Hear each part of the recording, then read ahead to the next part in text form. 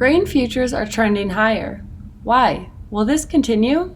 Grain futures are trading higher mostly because of weather. We've got dryness in Brazil, Canada and U.S. northern plains, spring wheat areas, and Western Europe.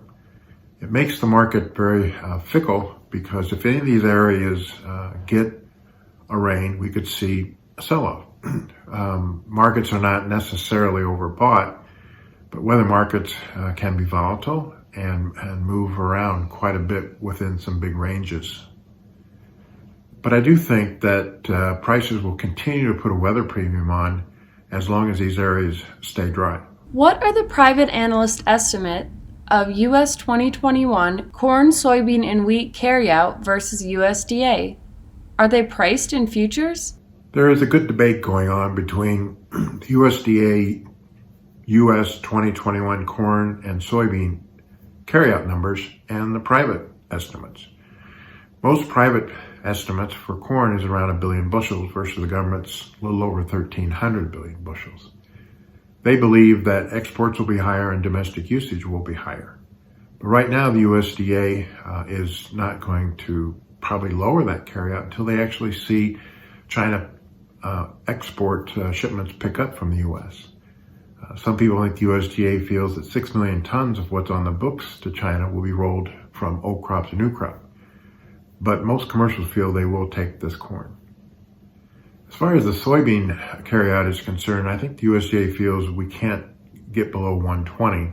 That's a minimum pipeline.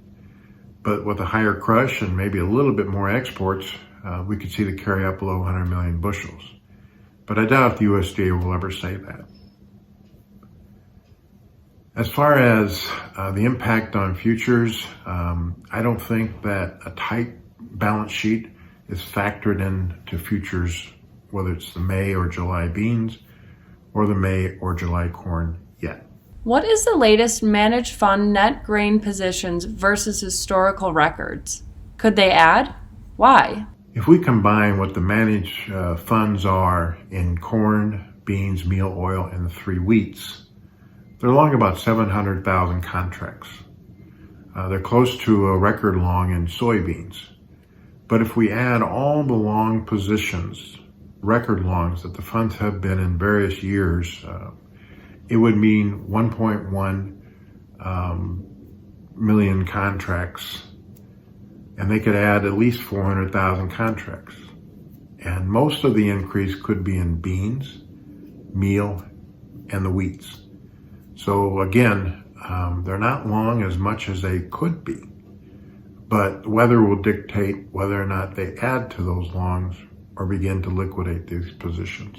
Why did gold and silver bounce from the late March lows, and what is the outlook? In spite of recent pressure on the Federal Reserve to ease back on its accommodation, Federal Reserve officials, including Fed Chair Powell, have indicated that the central bank will not withdraw easy monetary policies anytime soon. This continuing dovish policy stance remains a bullish influence for the precious metals, and higher prices are likely. Why did the 30-year Treasury bond futures advance this month with so much inflation talk? Recent higher prices for futures and declines in yields can be partially attributed to overseas money managers, especially in Japan, making large purchases of U.S. government debt. Also, in my minority view, I am seeing indications that the global economic growth may be not as strong as many analysts are predicting, which, if right, would be supportive to the interest rate futures markets, especially at the short end of the curve. What is your stock index futures outlook? S&P 500, Dow, and NASDAQ futures are lower today after advancing to record highs last week.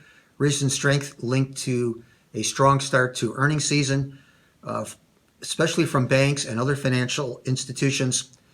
Also, we do have the ongoing accommodative Fed policies as a very dominant, in my opinion, supportive factor.